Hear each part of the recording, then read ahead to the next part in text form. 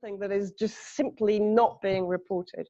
Civilians inside Idlib are actually encouraging and helping and enabling the liberation of the towns in Idlib by giving the Syrian Arab army information and intelligence. So they know exactly where to hit, which is not to hit civilian areas and to hit the areas where the terrorists are.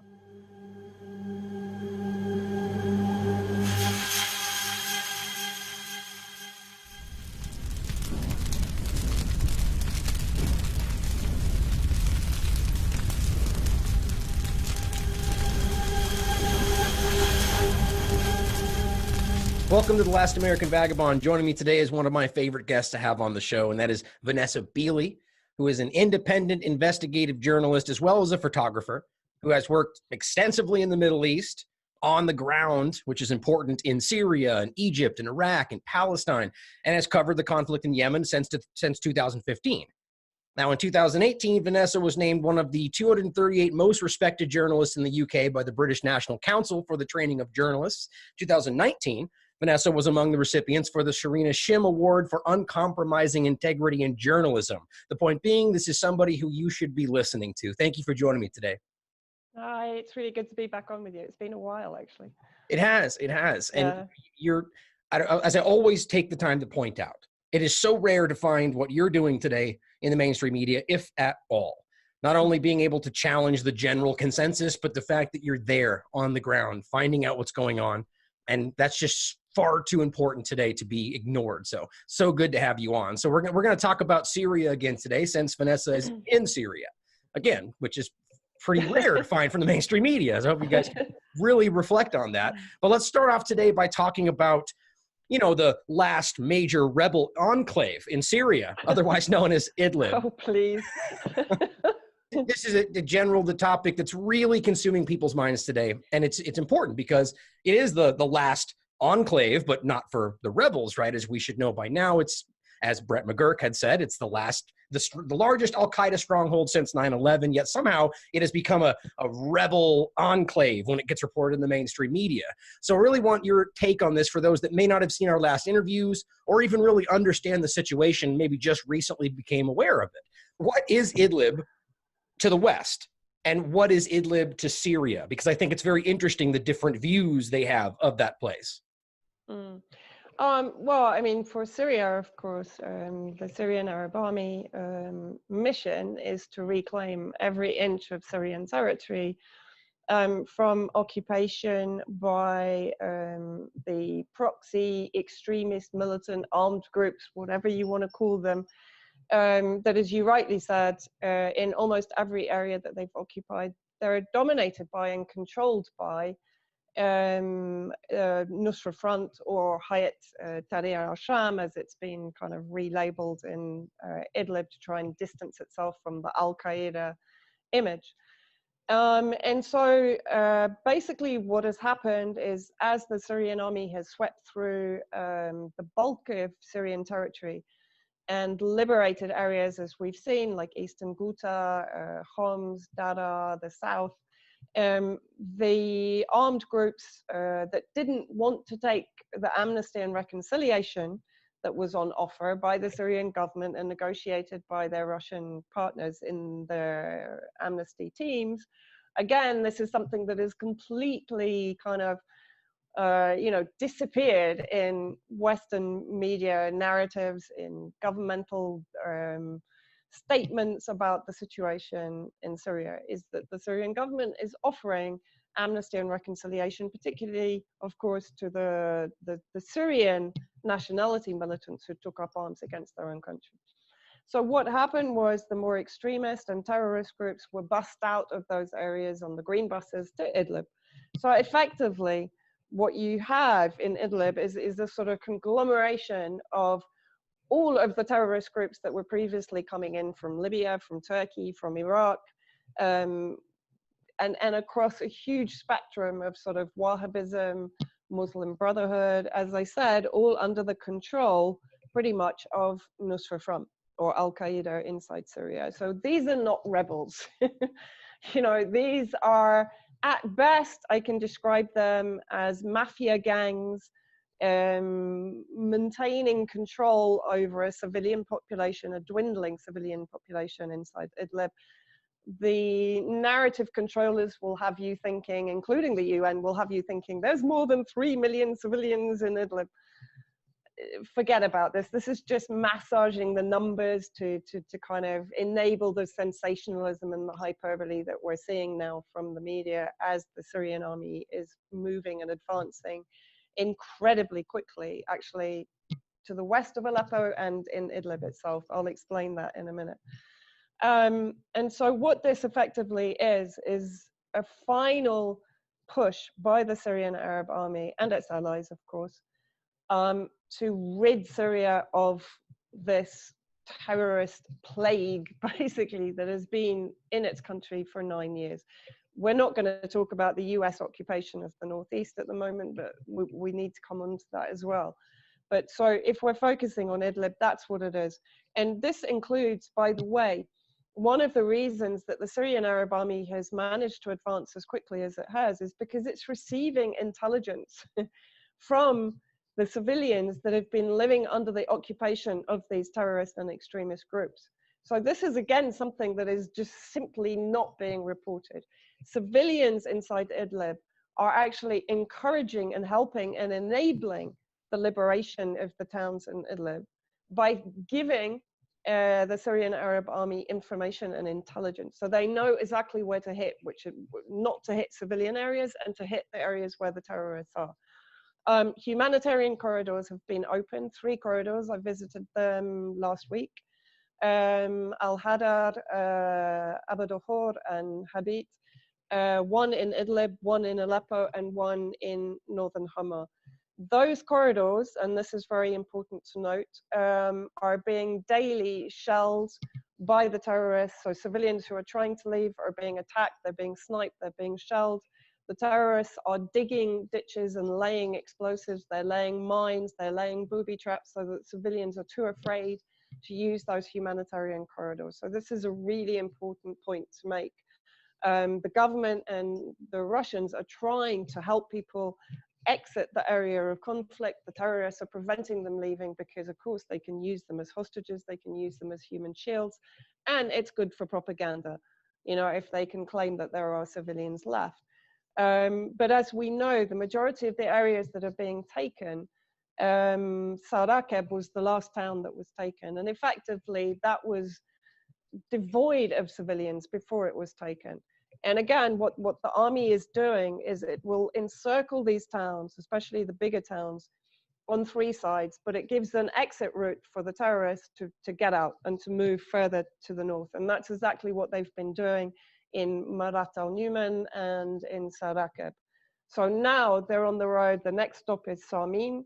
And after that, I think they're around or now 8 kilometers from Idlib city, which is going to be the real big one, because Idlib city fell to the terrorist groups in March 2015.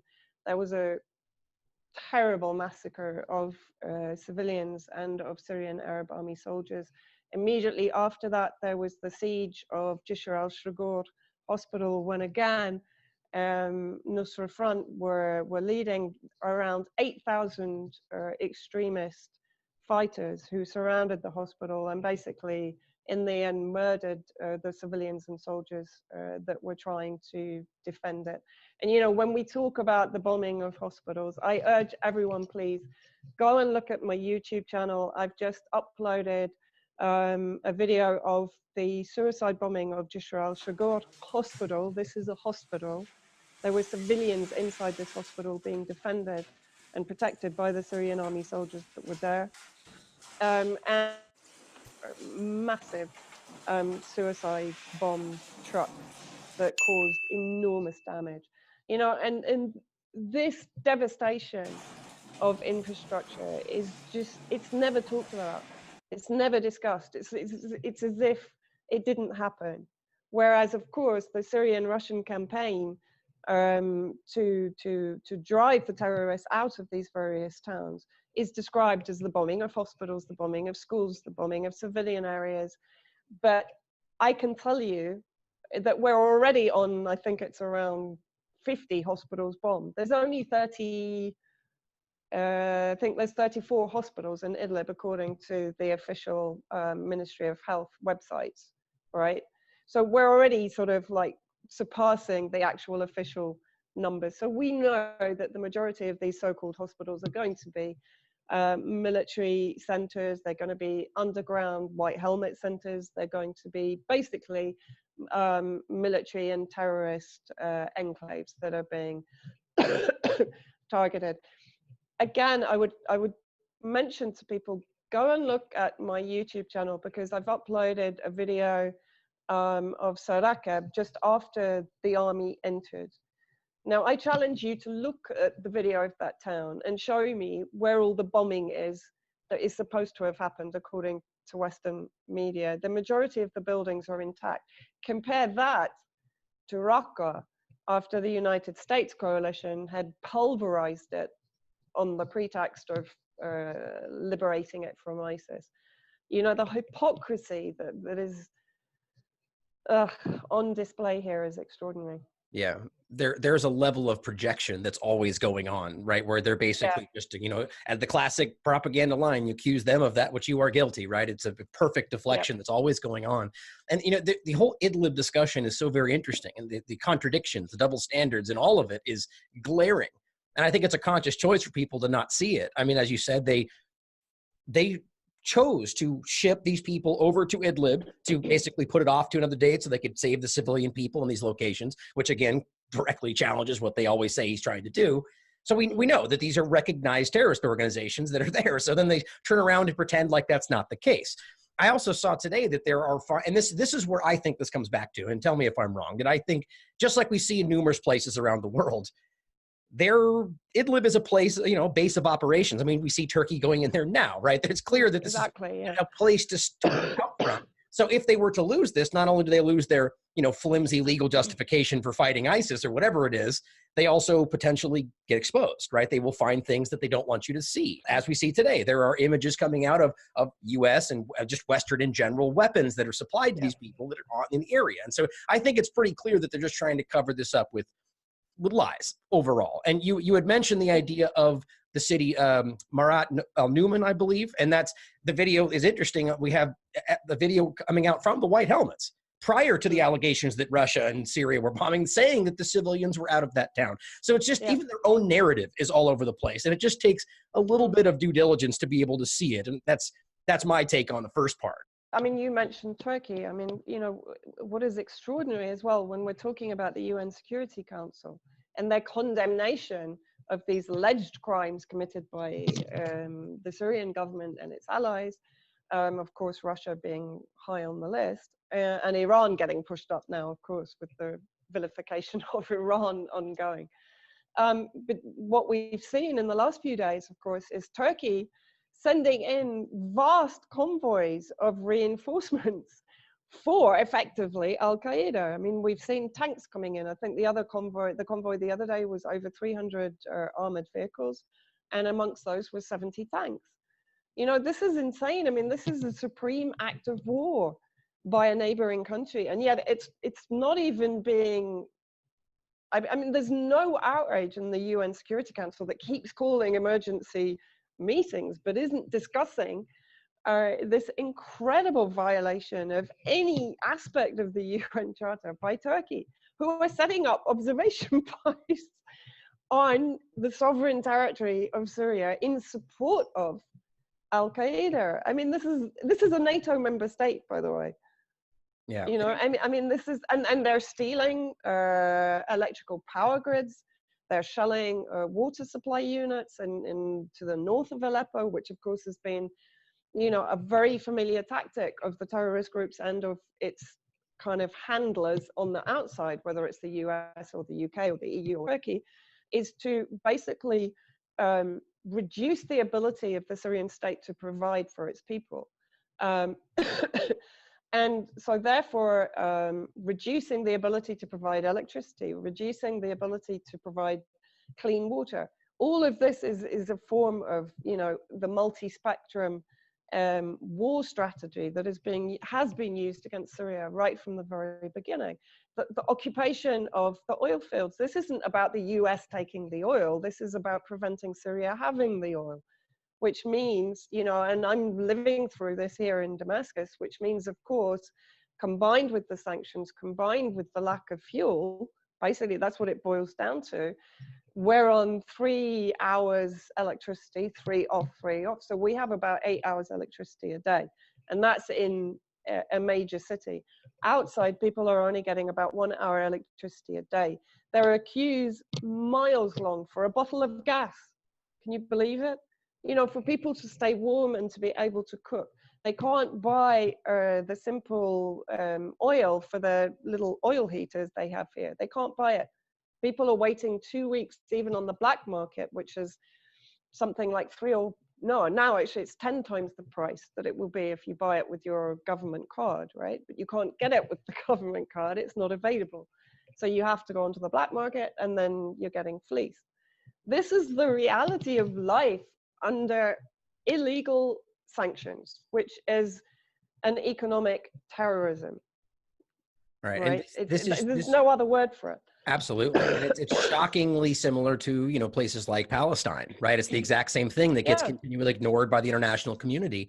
And what's so offensive about the UN discussion is that they can lean on the UN to do these kind of things and demand that we do something, and yet Israel, the United States, I mean, they regularly ignore UN mandates or, you know, the resolutions about the Golan Heights or, you know, Palestine in general. But we don't care about those. You have to do what the UN says. I mean, it just doesn't make any sense. It's obvious impunity. And this whole thing, the whole point of Turkey being there and the idea, it all comes down to, you know, Syria bad guy. That's all it is. It doesn't matter about what we're fighting for the Syrian people, except we're freezing them at the same time. You know, and of course, with this, where we see Turkey saying, oh, you know, the right to self-defense, even though they're occupying a country, invading a country, illegal, you know, breaking every rule everywhere, except because Syria bad guy, it doesn't matter, right? It's this very childish, very thin logic that doesn't really get pressed because the collective people in charge, as well as the media they control, just don't ever let it get talked about. And that's what's so frustrating to see this continue. I mean, the U.S. was totally outraged that Turkey dared to invade Syria to attack the Kurds, but now they're totally in support as long as Turkey is also supporting Al-Qaeda. I mean, it seems pretty clear. And I mean, you know, to give you another indication, I was in Aleppo last week at the same time as I went to the humanitarian corridors. And there, what people also maybe don't understand fully is East Aleppo was liberated in December 2016.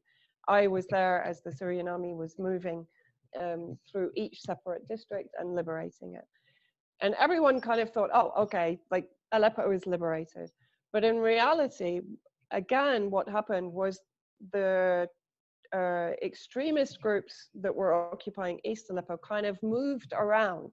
Actually, some went to Idlib, but some embedded themselves in the southwest of Aleppo and then around the western perimeter of Aleppo. Some even embedding into residential areas in the suburbs, the western suburbs of Aleppo. So basically what happened was the conflict kind of shifted from the east to the west and the north and the south, right? And these, I mean, I've visited areas, residential areas, where literally I can be in the street, I'm at the last house, and the next house is occupied by Nusra Front.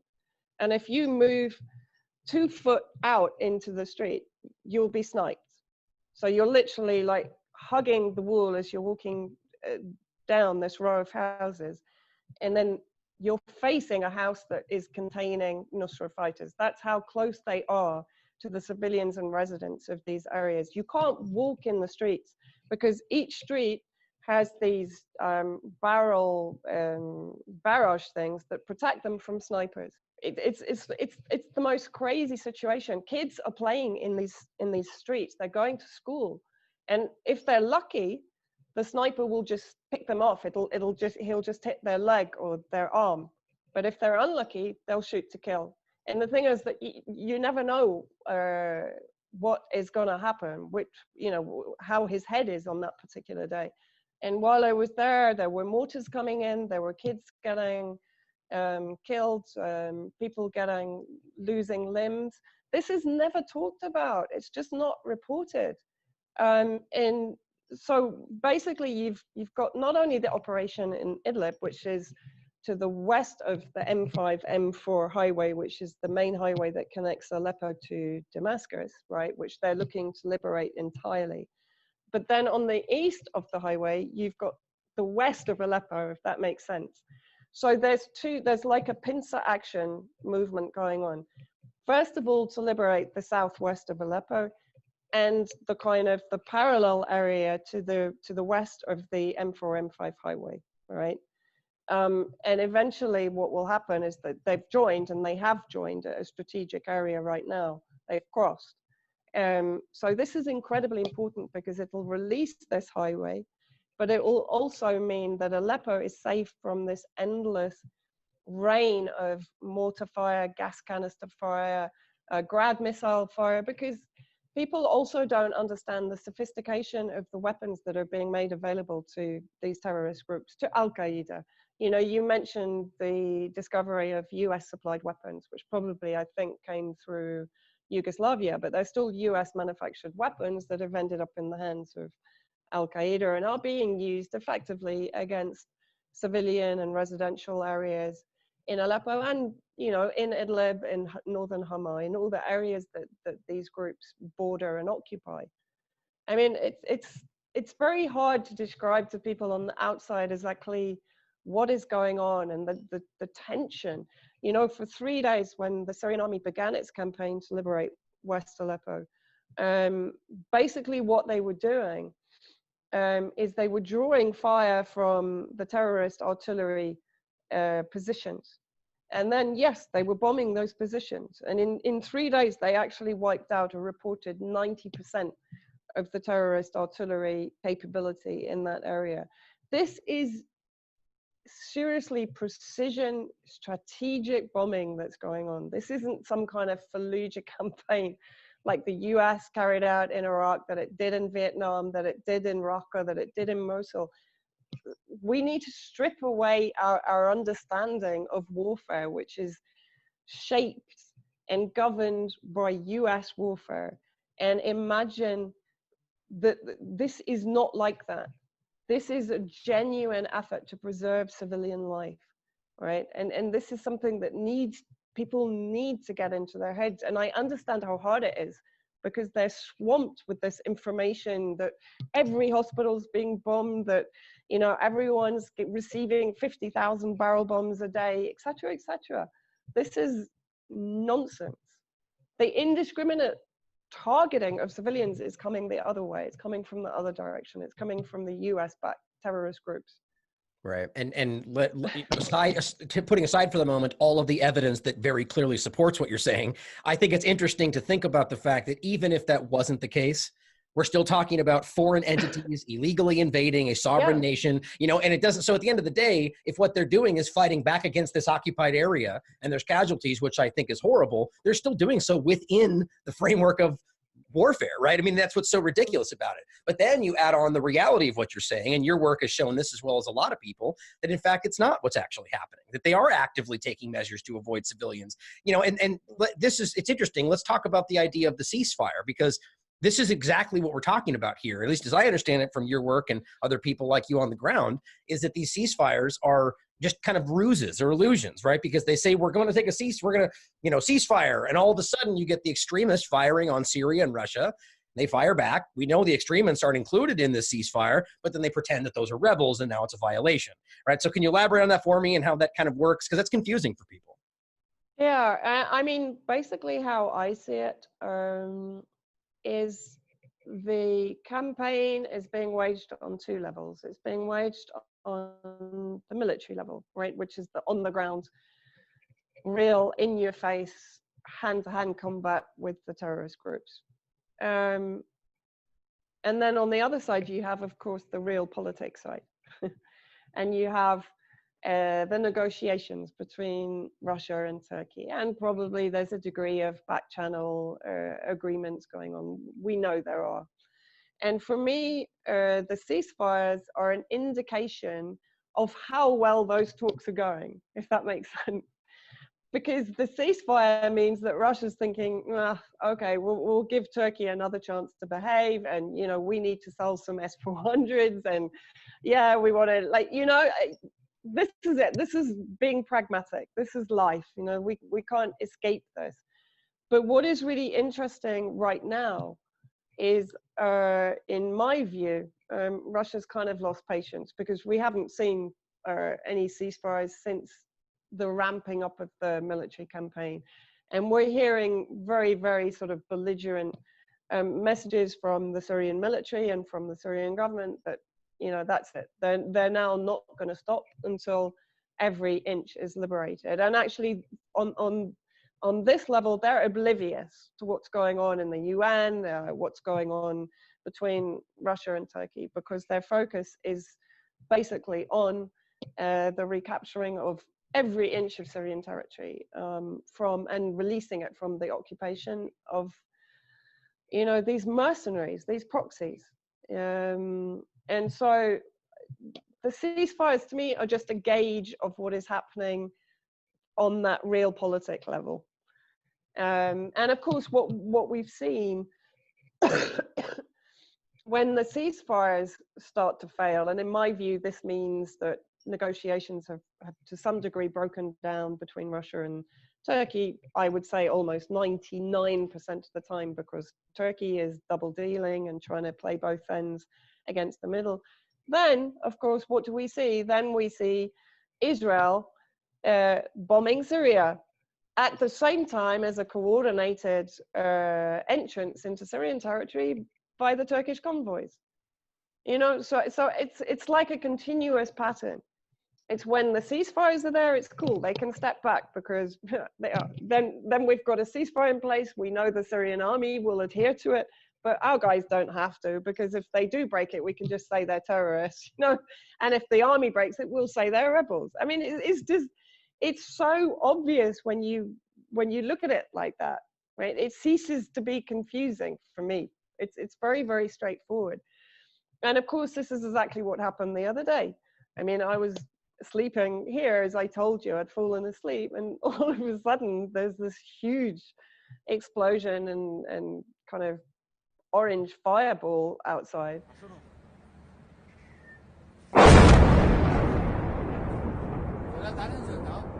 And yeah, it's another attack from Israel. We kind of get used to it here.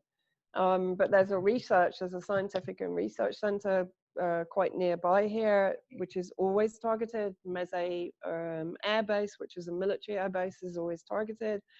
And a number of areas were targeted from the occupied Golan Heights. Again, they used a passenger jet as cover for their reconnaissance, for the missiles, and for their, I think they flew one reconnaissance flight, because I heard a jet go overhead and everyone was like, seriously? But they said afterwards it was a reconnaissance flight.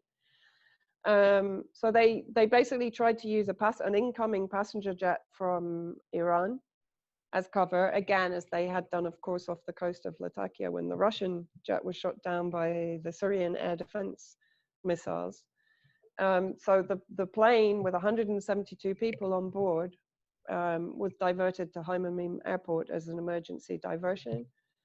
You know, so we narrowly avoided another absolutely hideous loss of life of a passenger jet because of Israeli, I don't even know what you call it. I mean, it's a supreme war crime what they just did, but nobody is even talking about it. And at the same time, of course, Turkey poured more equipment, more armaments, more weapons into Idlib.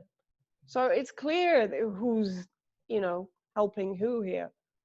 Yeah, the coordination.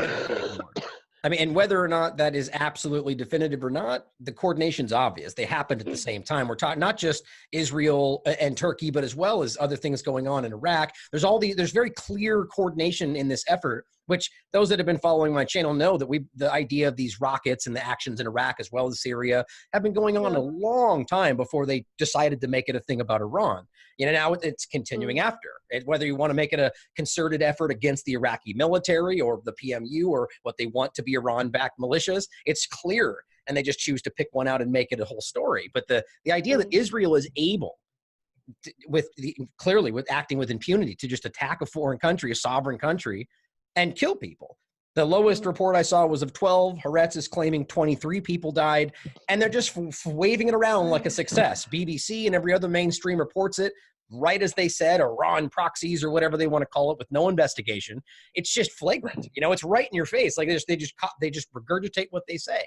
We have to reflect. But it's also insane because Iran, I mean, Iran proxies. Iran is a strategic ally of Syria. They have every right to have Iranian military in wartime in their country. Absolutely. This is ridiculous, you know, that Israel say, well, it's justified because they're Iranian proxies. And that's the big point that I try to stress for people is, even if, first of all, I think we should all know by now they're not Iranian proxies, at least based on, at least there's no evidence I see of that. They're clearly backed by Iran because they're allies, the same way the US government backs all kinds of extremist, terrible people around the world. Not to suggest that these are extremist, terrible people, but the point is they're just backing them. But they become Iranian proxies. But the point is, even if they were straight up Iran military units, they still don't have the right to do it, as you're saying. There's no legal justification for that, but that's kind of become the floating idea that's just, well, Iran's there, so I can bomb Lebanon, I can bomb Iraq, I can bomb Syria, I can bomb anybody. But of course, that flipped on its ear, it doesn't work for anybody else. You can't even say Iran's there, I'll bomb them, or Israel's there, I'll bomb them. It doesn't apply. It's just flagrant, you know. And I think and also, if you're talking about Iranian proxies, then you'd have to call Syrian Christians Iranian proxies. Why? Because Qasem Soleimani and his IRGC soldiers were training the Syrian Christian National Defense Forces that defended towns like Al-Skalbiya and Mahadeh against terrorist attacks for 9 years. So are you going to call the Syrian Christians Iranian proxies? I mean, this is the insanity of it, but we're so kind of misinformed by the media. And I understand that for most people, it's just a mountain of information, and it appears to be very, very, very confusing.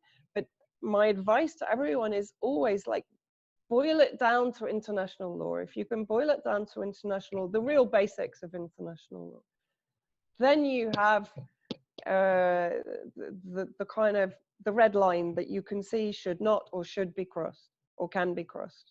And that's it. That's all we as media, as journalists, in my opinion, opinions aside, you know, our own conclusions aside, that is ultimately, in my opinion, what we should be defending. Yeah, and I think that's a good way to look at it as well, because it is definitive. You know, there's no, well, this person is, you know, dangerous, so this law doesn't apply. Like, that's what they try to play today, right? Well, Iran's there, so that law doesn't work. Well, that's not how that plays. And I think you're right. If we can boil it down to the most clear-cut line, they're on a regular basis stepping way over it. Yeah. It makes it pretty clear. Now, before we go over and talk about the For Sama documentary and where it kind of end out today with that discussion, because it really does show their propaganda in regard to Israel bombing Damascus and everywhere else they want to bomb with just no accountability whatsoever. What do you see as the overall agenda here? And I don't just mean Israel in particular, but the UK, the United States, Israel, Saudi Arabia. What do you see, based on your research, as, you know, kind of their agenda, at least as it pertains to Syria? Well, I mean, I think what we have here is, I hope, the last desperate acts of a dying empire, which is the United States. But of course, I include in that whole empire the Britain, the EU, or Israel, Turkey to some extent, and a number of other kind of allies aligned with the United States supremacy. And of course, Syria, if we look at where Syria is geographically, my cat might suddenly appear in a minute. It's the center of the wheel, right? And if we take Israel and Saudi Arabia, of course, the greatest fear is if, in their perception, Iran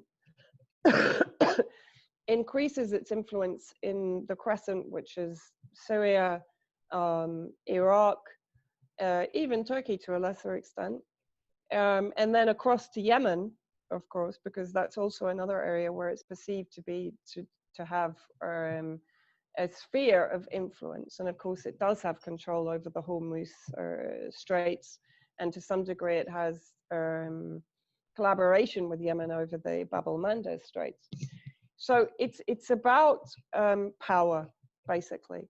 And Syria can't be allowed to stabilize. Unfortunately, this is the situation we're now in.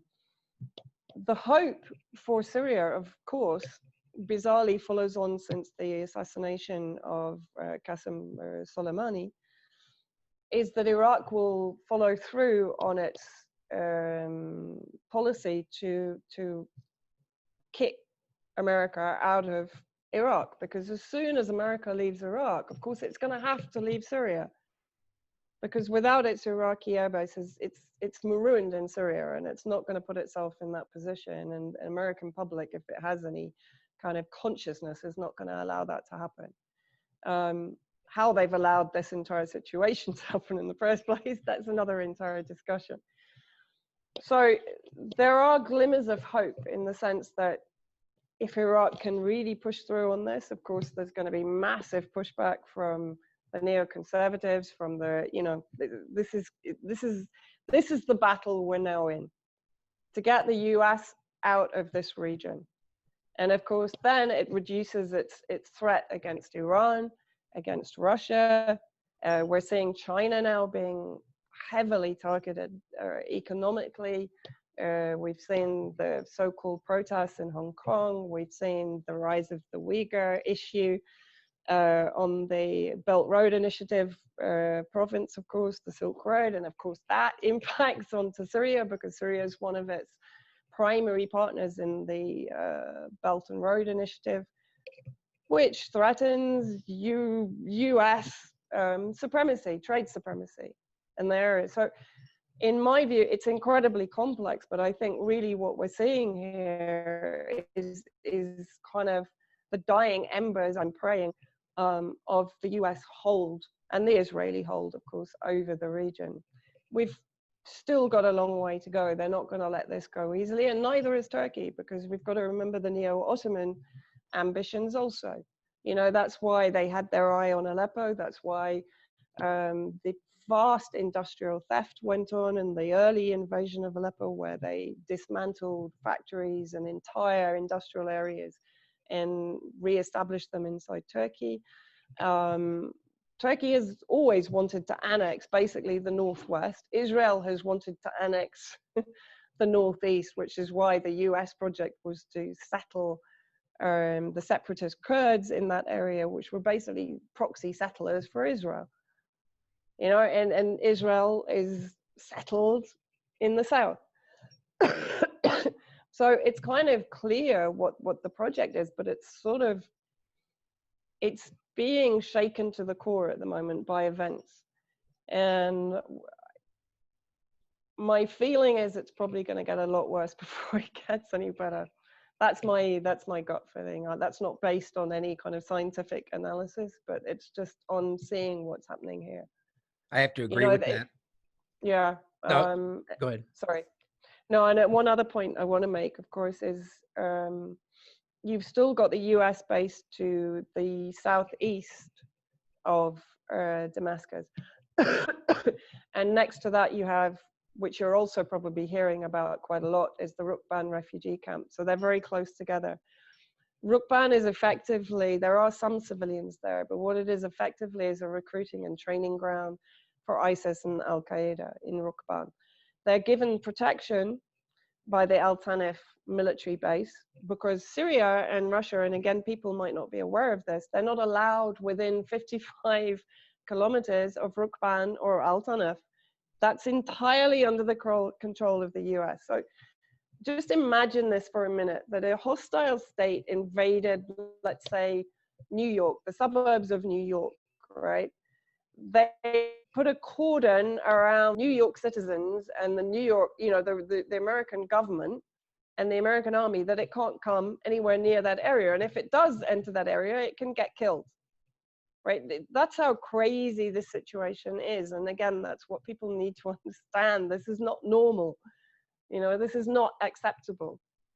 And basically, we know now there are now ISIS elements back in Dada, which is to the south of Damascus.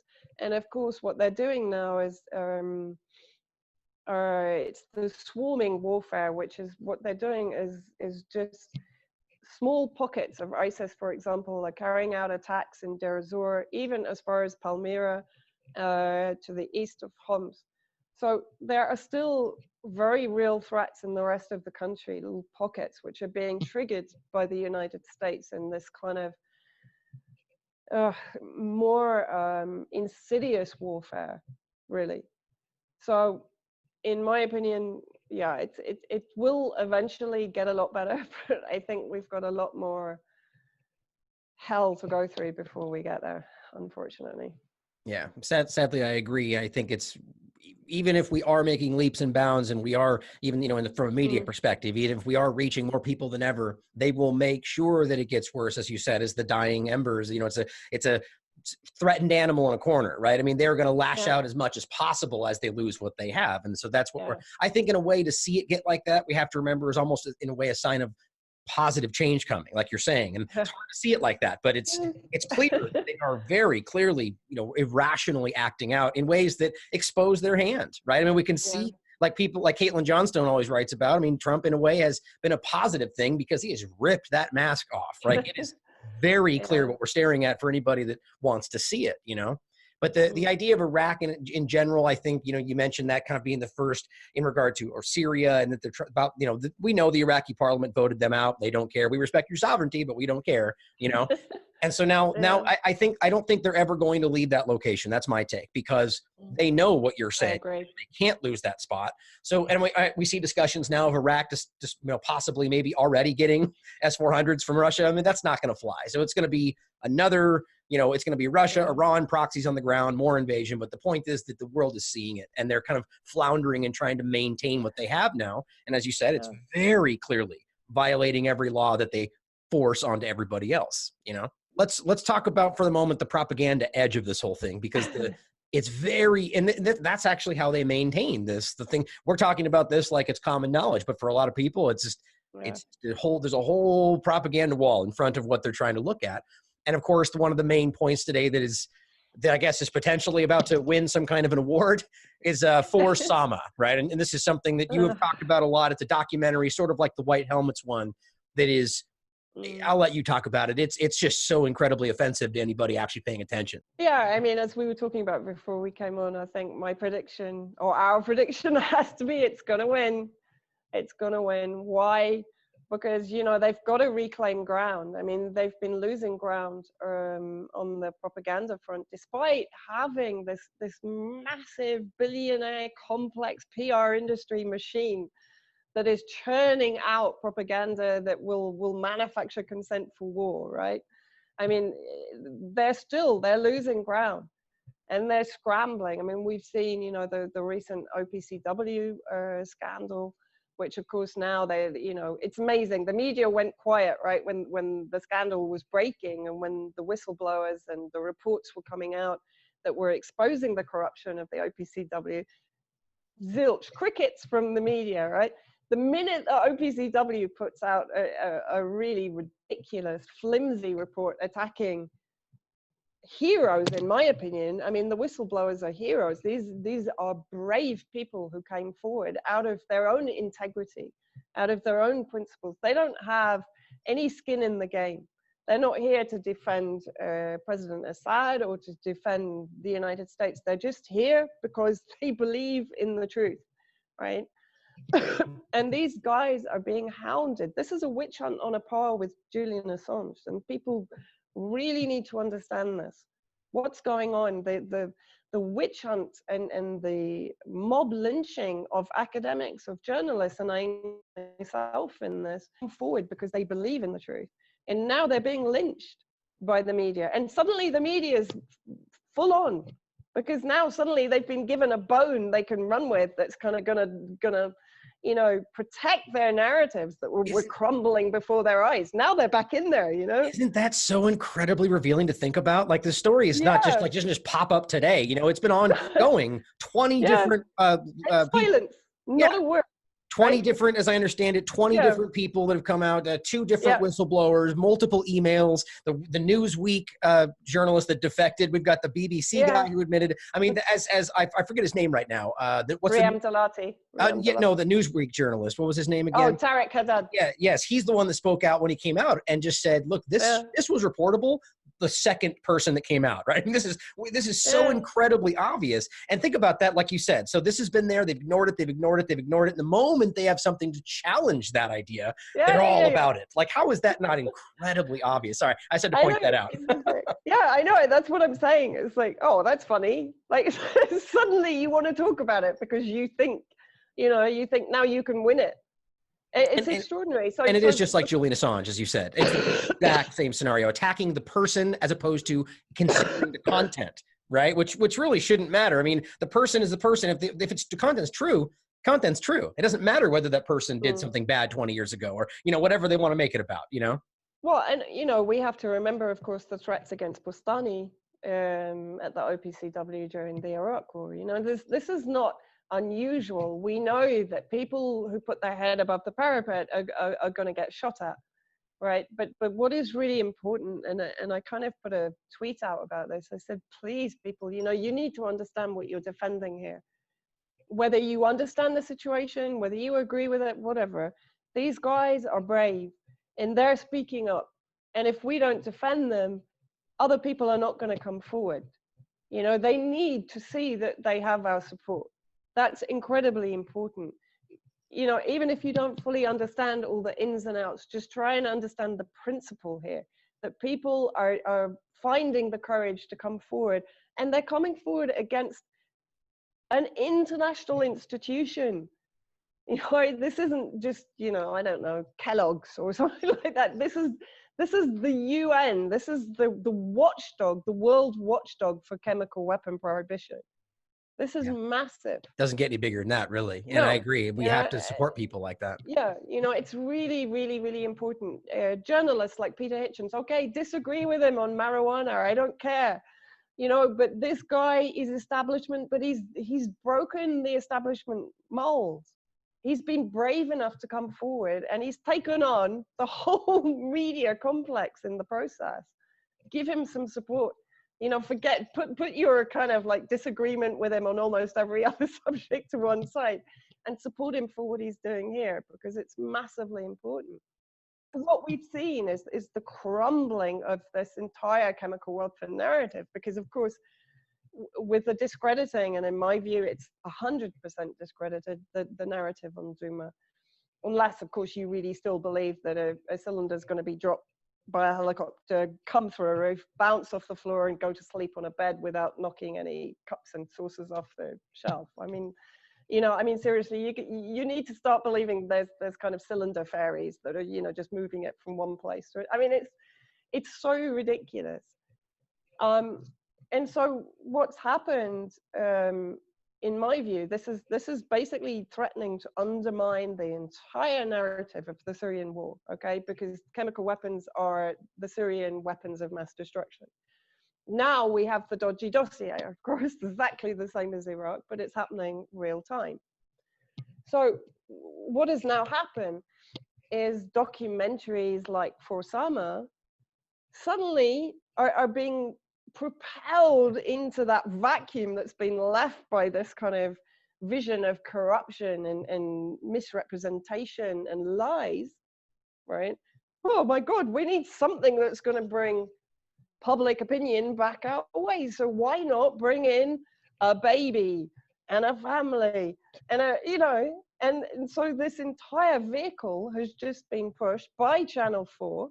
Right, and Channel 4, I did a massive, sort of, it took me forever, investigation into their background driving and propelling of the White Helmet project. Right, Channel 4 are absolutely integral to the promotion and production of the White Helmet movies, which of course did a very similar job. Last Men in Aleppo did a very similar job to For Sama, because what it did was to revise the history of East Aleppo. It erased the existence of Nusra Front and all the extremist armed gangs, and it just basically reduced it down to bad Assad, good rebels, right? Exactly the same thing with For Sama, but it's actually even more insidious, because I sat through an hour and a half of it, and it was an hour and a half I'm never going to get back. You know, it was torture for me. I had to keep stopping it and just like going for a walk around the room or anything, but it was torture for me. That's how I feel when I watch pretty much any politician speak, when I have to do it for the show. Yeah, yeah. Like if you watch the UN Security Council, right, when you watch the US representative, I just want to like throw something. But I sat through it, and then I thought, you know, I find that this is torture for me. But what about the people that lived through the reality? This is beyond torture for them, because they're just reclaiming their lives. They're just starting to rebuild. They're just starting to recover from the trauma of what they lived through. Children that saw executions, crucifixions, right? I spoke to the head of the Ibn Khaldun Psychiatric Hospital in Aleppo when I was there recently. Some of the stories he's telling me, I'm going to go and spend 3 days there just to speak to some of the patients there and actually find out what went on in East Aleppo. For example, the terrorist groups would use psychiatric patients, mentally impaired kids, as suicide bombers, because they were easily manipulated, and they would just think it was a game, right? This is what he was describing to me. This is the moral vacuum that the protagonists of For Sama were existing in. And yet they don't cover any of this. They present every crime in their movie as a crime of the Syrian government, like the Quake River massacre that is now proven to be committed by the armed groups. It's presented in the film as the Syrian government. Nothing's moved on, and Channel 4 are criminally complicit in the cover-up of Al-Qaeda war crimes with this movie. It's even, for me, it's even worse than Last Men in Aleppo, because this kind of came out not so long after but this is, I want people to try and understand the trauma that people live through, and they're still living through. They're still recovering from the memories of what they lived through, what they saw of their loved ones that were tortured, raped, abused, imprisoned, hung, crucified, executed, shut underground, shoved in mass graves.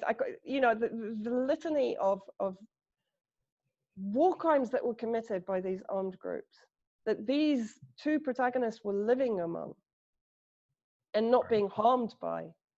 People need to sort of ask that question. Well, hold on, this area was dominated by Nusra Front and ISIS, and yet they were able to move around. They were able to film. You couldn't film in East Aleppo unless you had permission from Nusra Front. That was the rule across all the districts. So they had approval from Nusra Front to make the movie they made. And Channel 4 is selling this. They had an entire section inside Aleppo made from these movies that were never verified. They were never independently verified by a media outlet. Right. And that's so interesting to reflect on, as you're saying. First of all, the idea that a so-called journalistic outlet is going to create a documentary with a very clear leaning is just clearly that is what we see as mainstream media today, but that's not what they pretend to be. But as you point out in your research, and which is so interesting to find out, that the husband or the boyfriend, or whoever the gentleman in this movie, I shouldn't have used that term, not gentleman, but the guy that's in this movie is pictured next to the extremists that in multiple images, but specifically the ones that beheaded that child that became kind of famous.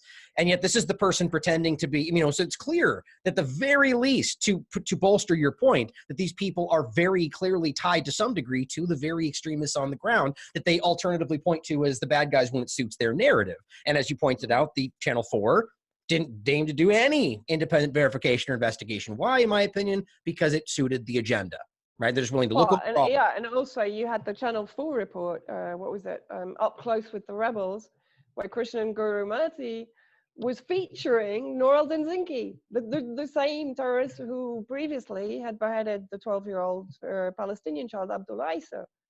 And this is the group that Hamza al-Khatib, not his real name, his real name is Zihad,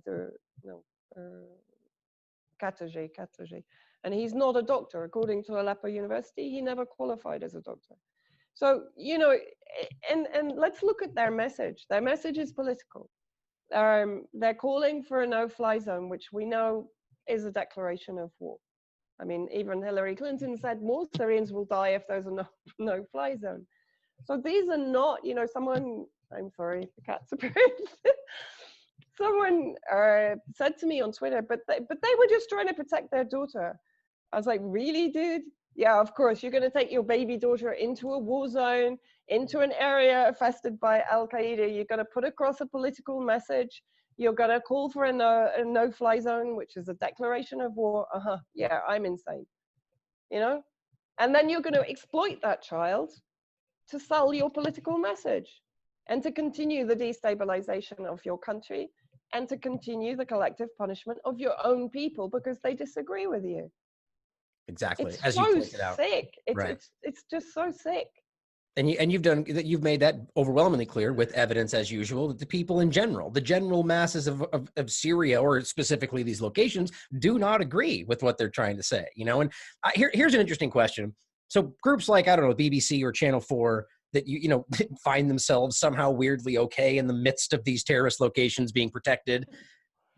My opinion, they're mostly all are aware of what they're doing. Like to some degree are aware that they're manipulating, whether they think it's for some greater good or not. But do you believe that any of them are just so completely incompetent that they don't even realize that they're being used to progress propaganda? Like the journalist out there talking to these terrorists and pretending like they're rebels?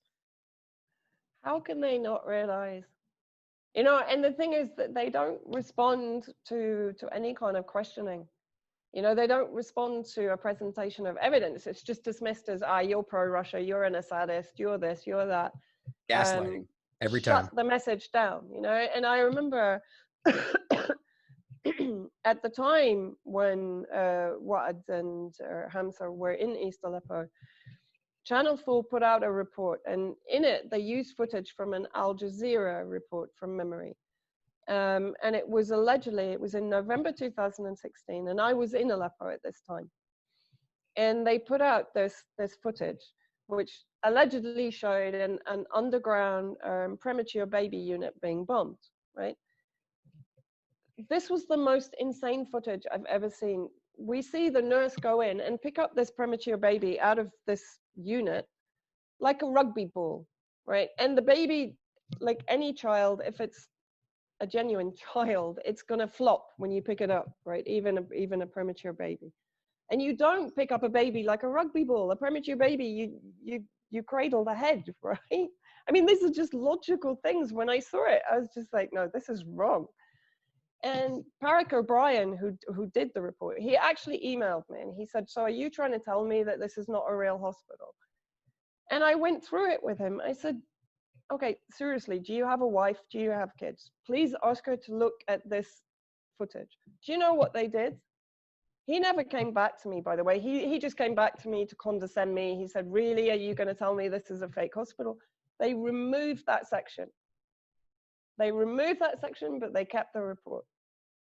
So in other words, he knew damn well it was fake, but he was like, shit, yeah, she's right. Take out the bit that's really dodgy, but we'll keep the rest of it. How obvious. So there's no accountability, you know, there's no comeback, there's no retraction. So they won't say to you, yeah, that bit was a bit dodgy. They don't put out anything on screen saying we have reservations about this so people are informed. They just kind of like shove it under the carpet. Right. You know, and that's what happens every time. You don't get a right to reply if they're attacking you, ever. And you don't get a retraction when they can't avoid the fact that they've deliberately misled you. Yeah, exactly. And I think the way that they respond, and this applies to any situation, in my opinion, dealing with your neighbors, your friends, when somebody reacts with aggression, and starts calling you names and shouting you down. Oh, well, you were wrong about this last time, or whatever, right? Just attacking anything but the content and the argument.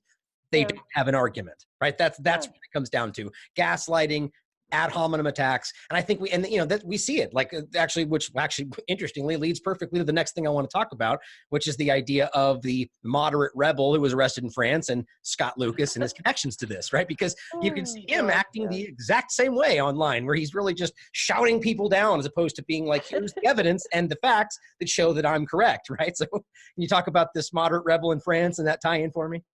This was the story of Islam Alouche, whose real name is Majdi Nahme.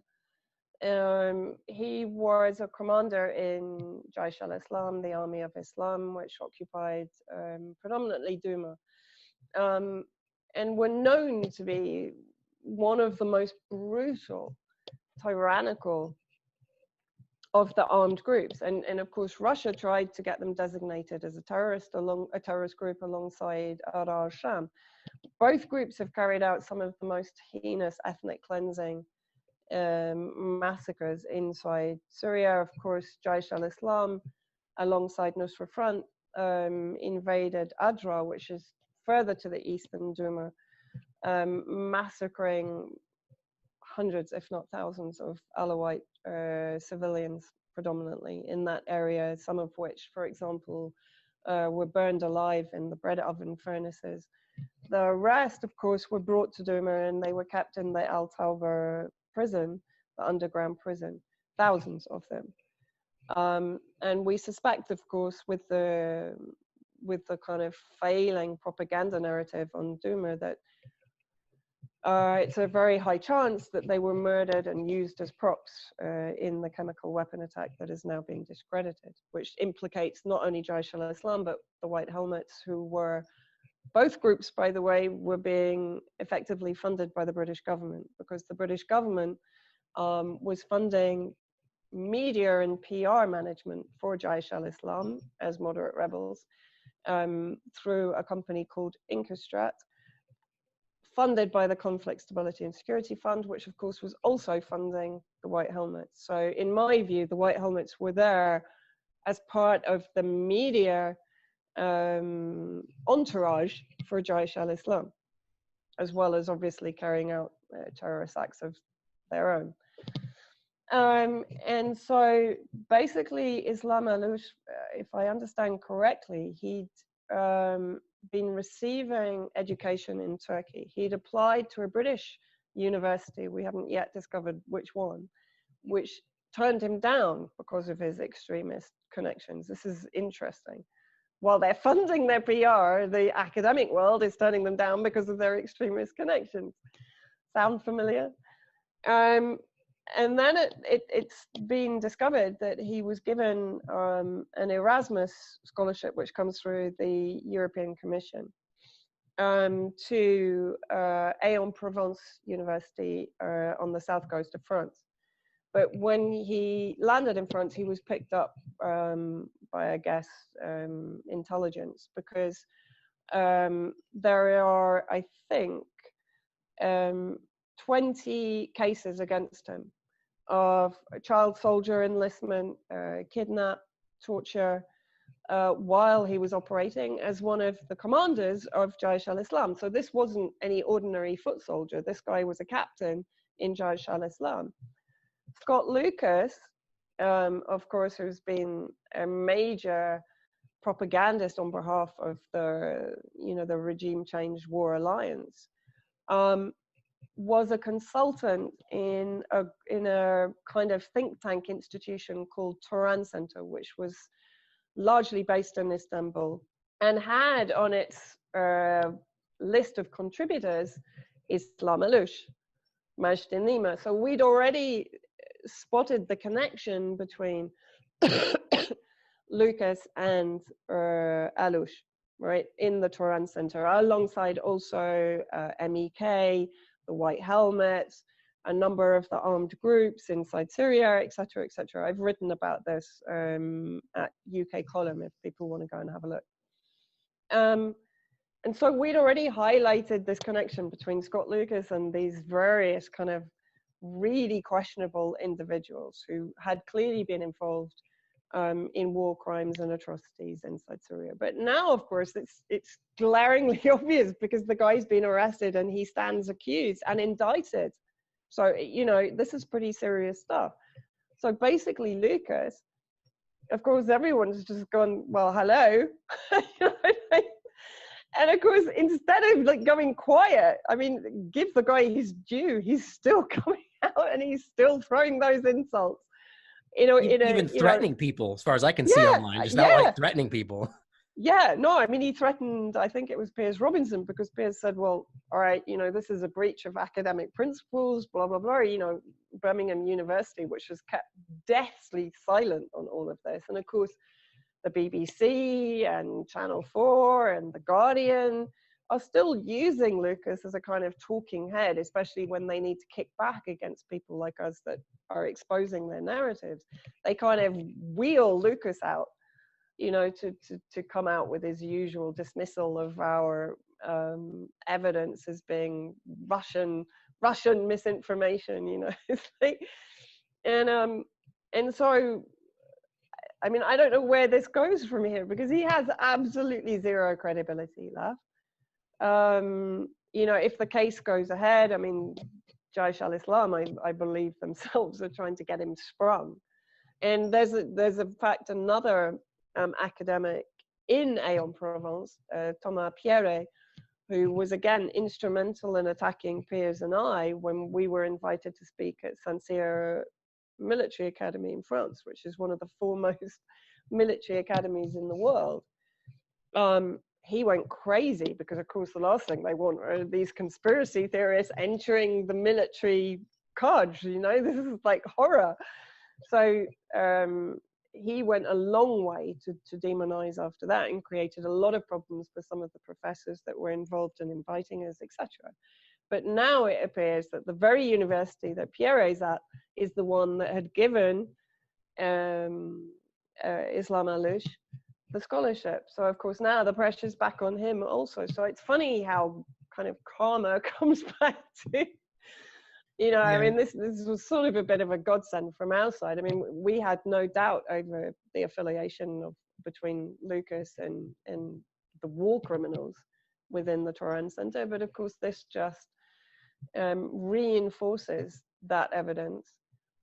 Yeah, and sadly, though, historically speaking, just because they could get exposed in the most glaring fashion possible, and people just fall their way right back in. I mean, look at someone like Rachel Maddow, for example, who just seems to be marching forward with her career intact after something so obviously. But you know, the point for me is not to necessarily change the media establishment, because they're not going to care, but to reach the people that will see it. And I think that's what's so important with something like this. For those that don't know, I mean, we've talked about stuff like this in the past. Jaish al-Islam is you know, a terrorist organization. This is the group we saw, as Vanessa has pointed out in past interviews about, you know, the women in cages in the back of trucks.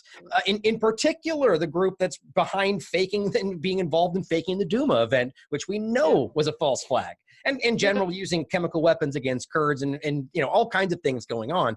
And this is the person that we're talking about, Scott Lucas, is working alongside, or at least of the group, in Jaish al-Islam. And I think that is so incredibly ridiculous that we can see such an obvious tie-in. And not only, as you said, he's not just kind of going quiet or admitting it, but just attacking everybody. And they will still shout us down. The problem is that we will see things like Duma still be referenced to this day. You'll see congressmen reference it to this day. And it's just, they don't care about the evidence. Well, and Wikipedia editing like crazy. It's revisionist. I mean, they're actively trying to rewrite history in real time, and that's why they're trying to have control of the social media platforms and all these you know, modern forms of record keeping. And it's kind of an alarming thing to see. But it's we just got to keep doing what we're doing to show people what's really going on, because we are at a point in time, I think, where it's never really been this obvious. And I think that has to be owed to people like you and the work being done on the ground. So thank you for being here today. And, you know, is there any other points you want to throw in there? Because there's a lot of different directions we could keep going. No, I mean, I think what is important, I think you touched on it just there. It's open warfare now. Like, the gloves are off. You know, they're exposed for what they are, and they're hitting back hard. You know, they're going to try and censor. We're seeing people getting kicked off Facebook, off Twitter, off all the social media platforms. And it's going to get tougher. Just as I said, it's going to get tougher here until it gets better. I think it's going to get a lot tougher for people like us. So, you know, I want to put a big thank you out to the people who do support us, who do listen to us, who do bear with us, and who do respect us, you know, and even if they question us, please question us, you know, because I can't always cover everything that I know in a conversation with Ryan or with anybody else, but please do ask the questions. Don't just walk away sort of like mumbling and saying, yeah, but what about that? Just please ask us the questions, because that's what we're here for. We're not mainstream media. We do respond, and we do, you know, we do recognize if we're wrong or if we've not fully covered something. I think that's really important, is to have the humility that we might be wrong, you know, and it's an ever evolving landscape that we're working in, and I think we need to be aware of that. And I just really want to thank people for their support and for listening on Twitter, on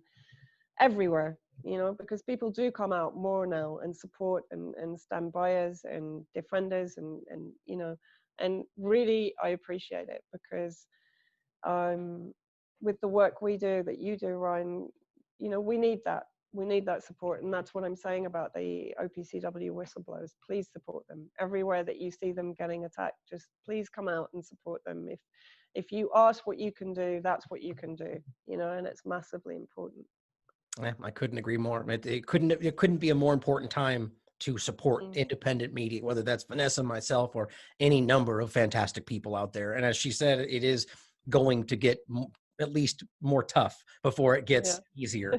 And that we need to just, you know, be ready for that and continue to push forward, because as I always point out, as bad as it may seem, that's just simply an indication that we are reaching people. We are reaching more people than they want us to, which is why they're responding. So keep at it, Vanessa. Your work is so incredibly appreciated. And as always, question everything. Come to your own conclusions. Stay vigilant. Do you have any idea how many planes cannot fly because they're not capable, because we've starved the military? Do you have any idea? No, I've heard all that, but the obvious answer is don't have so many missions, don't be bombing Syria, don't be mucking around in the Middle East. So turn our face when he uses chemicals and nerve gas on his people? It's already proven that was totally a hoax. There's no. So you say Syria did not use nerve gas on his people? I think there's the likelihood of that is practically zero. There's plenty of evidence coming out of there right now. The people who said there was a gas attack are jihadist head choppers. I mean, are we going to believe them? They're the ones that put out the videos. All of these videos are fake. It's been very well analyzed if you just look outside of the mainstream media. But your position is that don't put more money into the military, and that's, I don't know that you can do that.